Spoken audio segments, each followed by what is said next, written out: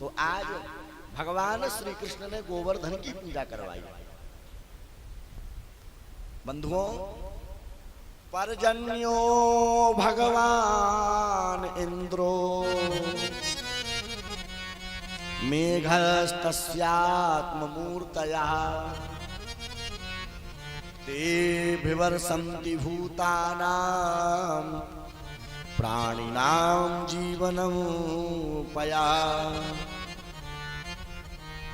इंद्र को जब पता चला नारद जी के द्वारा का पूजन नहीं किया, श्री गोवर्धन भगवान का पूजन किया। बोलो प्रेम से राधे राधे।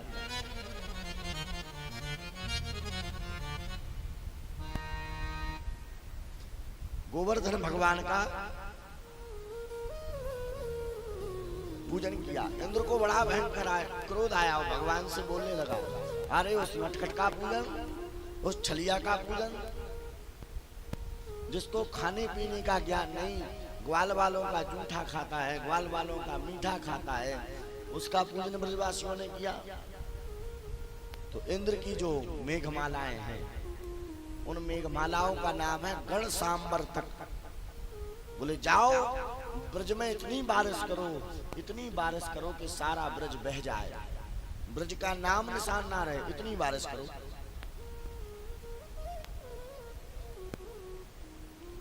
वाचालम बलिसं स्तब्धं मध्यम पंडितमानिनां कृष्णं मृत्युमुपास्व गोपा में चक्रु प्रियम। इंद्र ने जब लाख गाली भगवान को दे दी और मेघमालाएं गई। अब मेघमालाएं जो ऊपर से बारिश करती हैं, वो कहां से करती हैं? समुद्रों में से जल भर करके, नदियों में से जल भर करके। और समुद्रों में से जब जल भरा, नदियों में से जल भरा, तो बादल गरजने लगे, हवा चलने लगी। अब सारे ब्रजवासी कहने लगे, कन्हैया लगता है इंद्र नाराज हो गया है। बोले आप चिंता मत करो, गोवर्धन भगवान ने तुम्हारा पूजन स्वीकार किया, वही आपकी रक्षा करेंगे। बोले क्या करें? बोले कृष्ण कृष्ण महाभाग त्वन्नाथं गोकुलम प्रभु त्रातुर्महर्षि देवाना कुपिताद भक्त वत्सला। भगवान कहते हैं आप चिंता मत करें, गोवर्धन भगवान संपूर्ण ब्रजमंडल के अधिष्ठात्र देवता बन गए और यही रक्षा करेंगे। जाओ सब लोग अपने अपने घरों से अपनी अपनी जरूरत का सामान ले आओ। तो जो पहले के लोग थे वो ज्यादा सामान नहीं रखते थे अपने घरों में, केवल व्यवस्थित सामान रखते थे। आजकल तो लोग मकान बनवाते हैं तो स्टोर रूम अलग से बनवाते हैं। हाँ, मकान बनवाते हैं स्टोर रूम केवल कचरा भरने के लिए। पहले के जो लोग थे वो केवल व्यवस्थित सामान रखते थे। बंधुओं, ब्रजवासियों से भगवान ने कहा कि जाओ अपनी अपनी जरूरत का सामान ले आओ। तो सारे ब्रजवासी गए हैं और अपनी अपनी जरूरत का सामान लाए हैं। क्या? बोले कोई अपनी गाय ले आया, कोई अपने वस्त्र ले आया, कोई आटा ले आया, कोई चूल्हा उठा लाया, कोई अपने वस्त्र उठा लाया और अपने अपने लट्ठ सारे ब्रजवासी उठा लाए। कोई लोहे के, कोई बांस के, और सब भगवान गोवर्धन के शरण में आ गए। और बड़ी मूसलाधार बारिश प्रारंभ हुई। अब क्या करें? भगवान ने कहा सारे ब्रजवासी अपनी अपनी आंखें बंद करें। सो सब ब्रजवासियों ने आंखें बंद की। अब बंधुओं, पलक झपकने में कितना समय लगता है? आप विचार करो, पलक झपकने में कितना समय लगता है। इतनी देर में भगवान ने इत्युक्तेन हस्तेन कृत्वा गोवर्धनाचलम दधार लीलिया कृष्ण छन्ना का मिव बालकः। बरसात होती है, छोटे छोटे बच्चे बरसात में खेलते हैं तो कुकुरमुत्ता का छत्ता लगा रहता है। कुकुरमुत्ता का छत्ता जानते हो? और वह छोटे छोटे बच्चे बरसात में खेलते खेलते कुकुर मुत्ता के छत्ता को ऐसे उखाड़ फेंक देते हैं। ऐसे ही जैसे इंद्र ने बारिश करी, सो भगवान ने जैसे बालक कुकुर मुत्ता का छत्ता उखाड़ के फेंक देते हैं, भगवान ने गिरिराज पर्वत को उठा करके पलक झपकते ही अपनी कनिष्ठ का उंगली पर धारण कर लिया। कैसे रखा? मुन्ने छन्ना का मृग बाल कहा, जैसे बालक छत्ता उखाड़ के फेंकते हैं, ऐसे भगवान गिरिराज पर्वत को धारण किए और कह दिया आ जाओ सारे ब्रज जी की शरण में आ जाओ।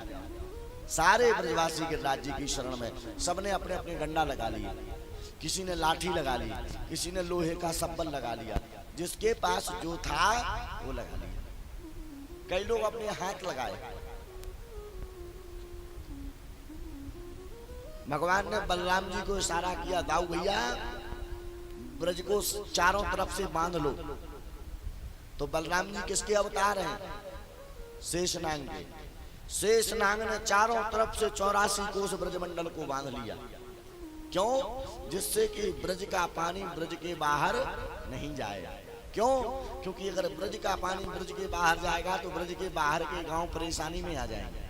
सो बलराम जी ने 4 से ब्रजमंडल को बांधा है।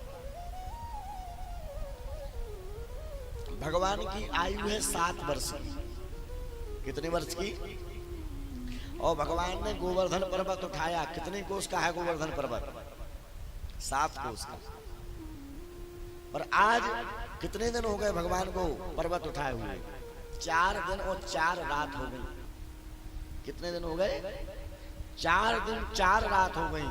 जो अपने अपने हाथ लगाए थे वो तो सो गए, जो अपनी डंडे लाठी पकड़े थे उन्हें छोड़ दी, 2 4 10 20 पकड़े रहे। मैया यशोदा कहने लगी, लाला आज 4 दिन हो गए, 4 रात्रि हो गई, तेने जल भी नहीं पिया।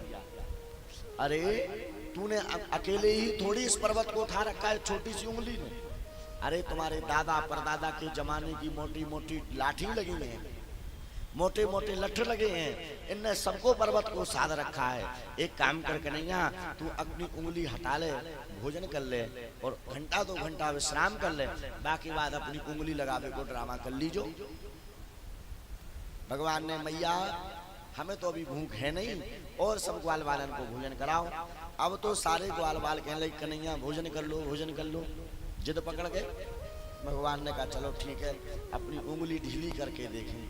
सो भगवान ने अपनी उंगली थोड़ी सी ढीली करी, सो सब चटपट चटपट चटपट चटपट, अरे कन्हैया संभाल, अरे गोपाल संभाल, ये पर्वत गिर जाएगा तो मर जाएंगे। सो भगवान ने अपनी उंगली लगा ली। अब सारे ब्रजवासी कहने लगे, कन्हैया अब तो हमें तेरे ऊपर कछु शक हो रही। भगवान कह रहे, कैसी शक? अरे जब तू 6 महीना को हो तो तेने पूतना मारी, हमने तो नहीं जानी कि पूतना उपटा खा के मर गई होगी है? और साल भर को ना है पायो तेने तृणावर्त मारियो, अघासुर मारियो, बकासुर मारो, कालिया नाग नाथ्यो। और आज जब तू 7 वर्ष को भयो लाला, तो तेने इतनो बड़ो पर्वत धारण कर लियो, इतनी ताकत कहाँ से आई? भगवान ने कहा फंस गए। अगर कह दूं कि भगवान हूं तो इन सबन को प्रेम कम हो जाएगा। तब भगवान कहने लगे, ताकत का एक राज है। बोले क्या राज है? बोले जो हम घर घर जाकर के माखन चुराते थे, उस माखन की ताकत हमारे अंदर आ गई। बोले कैसे? कछु माखन को बल बढ़्यो, कछु गोपन करी सहाय। जो घर घर जाकर के माखन चुराते थे, उस माखन की ताकत आई और सब गोप वालों ने सहायता करी। बोले कैसे? बोले जब हम पर्वत उठा रहे थे तो हमने आपसे कहा कि आंख बंद करो, तो सब लोगों ने पलक झपकाई और सब टकटकी लगा करके हमें देख रहे थे, तो हमने सबके अंदर की ताकत छुड़ा ली।